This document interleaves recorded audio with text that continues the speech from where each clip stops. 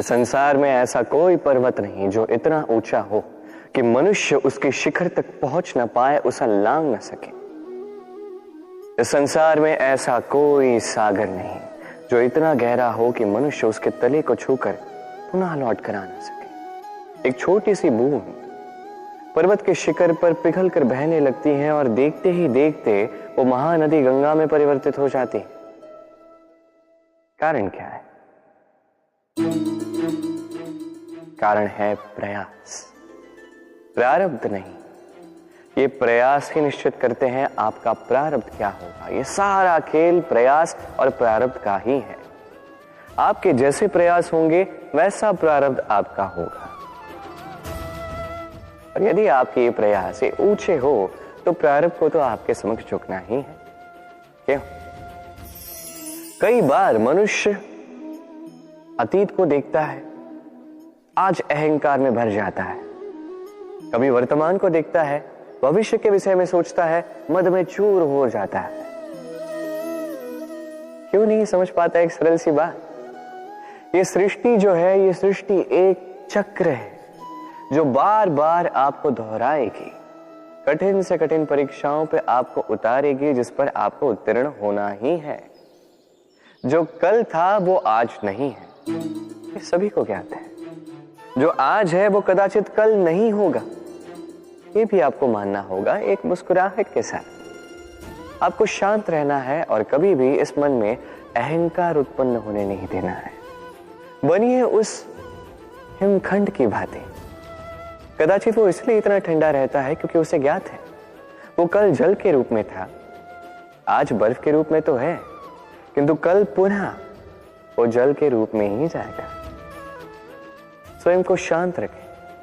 कदाचित आज आप सफलता के शिखर पे हो, कदाचित ना। आपको हर एक दिन अवश्य देखना है। बस निरंतर प्रयास करते रहिए, हर परिस्थिति के लिए सज्ज रहिए और इसे संतुलन में लाएं। आपका कल हो आज या कल, आपके अच्छे दिन हो या बुरे दिन, सब पवित्र हो जाएंगे। संसार में कई बार ऐसा होता है, हम बड़ी समस्या में होते हैं, विपदा में होते हैं, और वो लोग जो हमारे समीप होते हैं, हमारे अपने होते हैं, वो हमारा त्याग कर चले जाते हैं। हम ऐसे में दुखी हो जाते हैं, निराश हो जाते हैं, फिर स्वयं चलकर उस समस्या से बाहर आते ही हैं। अब परिस्थिति चाहे जो भी हो, वो लोग जिन्होंने ऐसे समय पे आपका त्याग किया, उनसे क्रोधित होना, उनसे रुष्ट होना, ये अनुचित है। मैं तो कहता हूं कृतज्ञ रहिए। मैं तो कहता हूं उन्हें धन्यवाद कहिए कि उन्होंने ऐसे समय पे आपका साथ छोड़ा जब आपको उनकी सबसे अधिक आवश्यकता थी। क्योंकि या तो उनको विश्वास था कि आप स्वयं इस विपदा से बाहर चलकर आएंगे, या तो उनके त्याग के कारण आपने स्वयं का प्रोत्साहन बढ़ाया, स्वयं की शक्ति बढ़ाई और स्वयं उस आग से चलकर बाहर आए। अपने बुरे समय को आपने अपना अच्छा समय बनाया। अंत में आप और शक्तिशाली हो जाते हैं और श्रेष्ठ हो जाते हैं। और यही तो आपकी विजय है, जिसका कारण है उनका साथ छोड़ना। तो उन्हें धन्यवाद कहिए। धन किसी के लिए मोह है तो किसी के लिए मान, किसी के लिए भाग्य है तो किसी के लिए कर्मों की इच्छा है। देखा जाए तो ये धन कहीं ना कहीं मनुष्य के लिए अत्यंत आवश्यक भी है, और इसलिए मनुष्य जो है अपना समस्त जीवन व्यतीत करता है इस धन को अर्जित करने। अनेक मनुष्य ऐसे भी होते हैं जिनका समस्त जीवन इसी धन में बीत जाता है। हर एक मनुष्य प्रयास करता है कि वो धनी बने, अधिक से अधिक धन अर्जित कर सके, संपन्न बना रहे। और ऐसा क्यों ना? क्योंकि यही एक वस्तु है जो आदान प्रदान व्यवहार में काम आती है। प्रयास हर मनुष्य करता है, धन अर्जित हर मनुष्य नहीं कर पाता। कारण ये कि मनुष्य सोचता है मेरे पास कुछ धन आ जाए तो मैं कुछ करके दिखाऊं। धन सोचता है कि ये मनुष्य कुछ कर दिखाए तो मैं उसके पास आऊं। इसलिए करके दिखाए। ऐसे श्रेष्ठ कर्म कीजिए कि धन स्वयं आपके पीछे भागने लगे। आप यदि धन के पीछे भागोगे तो आप अपना संतोष खो दोगे, किंतु यदि यही धन आपके पीछे भागने लगे तो आप महान कहलाओगे। इसलिए कर्म कीजिए, श्रेष्ठ कर्म कीजिए। ये धन तो फल स्वरूप आपके पीछे आएगा ही आएगा। जीवन क्या है? ये जीवन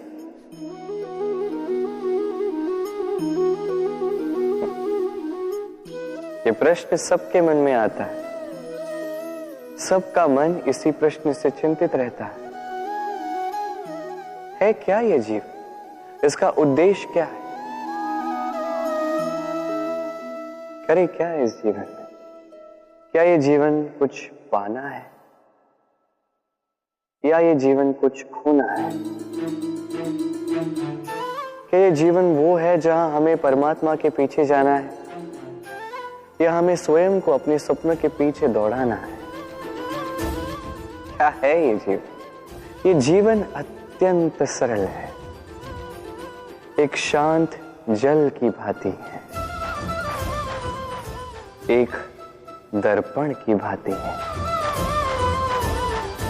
ये जीवन है ठीक एक दर्पण की भांति। दर्पण क्या करता है? आपको वही दिखाता है जो आप करते हैं। आप मुस्कुराकर दर्पण में देखिए, दर्पण आपको आप ही का मुख दिखाएगा मुस्कुराते हुए। आप रूठ कर दर्पण में देखिए, दर्पण आपको वही दिखाएगा। आप खिलखिलाकर दर्पण में देखिए, दर्पण आपको वही दिखाएगा। यही है जीवन, एक दर्पण की भांति। ये मत सोचिए कि इस जीवन ने आपको क्या दिया है। सोचना ये है कि आपने इस जीवन को क्या दिया। यदि आप इस जीवन को सुख देते हैं, आनंद देते हैं, प्रेम देते हैं, तो ये जीवन भी आपको सुख, आनंद और प्रेम ही देगा। हमारे मन में सदैव एक प्रश्न आता ही, ये जीवन जो ईश्वर ने हमें दिया, एक जीवन ईश्वर ने एक आत्मा दी है पृथ्वी पर जीने के लिए। जहां तक हमें ज्ञात है हमारे पास एक ही जीवन है, तो हम अवश्य ये सोचेंगे कि इसको सुधारा कैसे जाए। हर एक व्यक्ति सोचता है कि मैं क्या करूं जिससे ये जीवन सुधर सके, कौन सा कर्म करूं, कौन सा पुण्य करूं, कौन सा शास्त्र पढ़ूं जिससे मुझे वो ज्ञान मिले जिससे मैं अपने जीवन को सुधार पाऊं। समस्त जीवन व्यतीत कर जाता है इन प्रश्नों के उत्तर खोजने में, वो शास्त्र समझने में।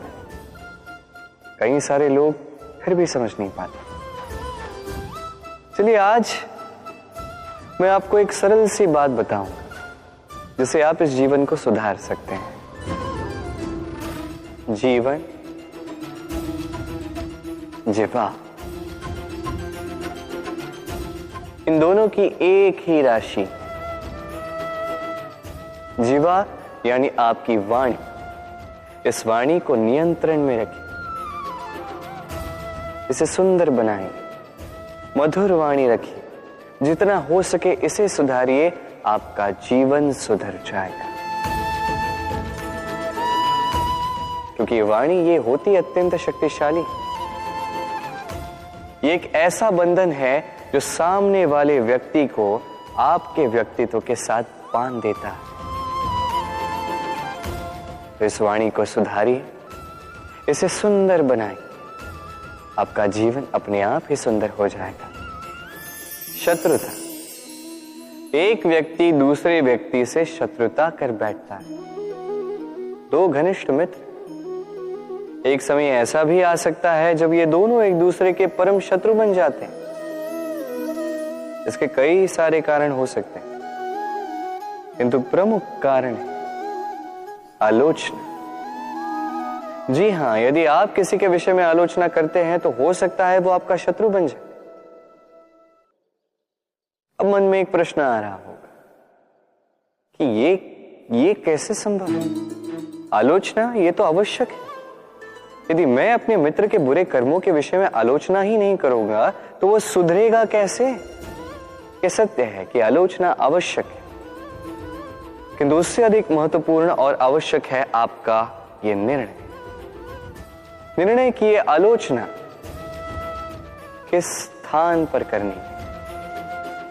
यदि ये सार्वजनिक रूप से करते हैं तो ये अपमान भी बन जाता है। यदि यही एकांत में करोगे तो ये परामर्श बन जाता है। अपमान कोई स्वीकार नहीं करता, वही परामर्श सभी को अच्छा लगता है। तो यदि आप किसी के लिए कुछ अच्छा चाहते हैं, किसी को सुधारना चाहते हैं और आपको लगता है कि आलोचना आवश्यक है, तो सर्वप्रथम समय, स्थिति और स्थान पर ध्यान रखिए, अन्यथा ये आलोचना आपको बहुत महंगी पड़ सकती है।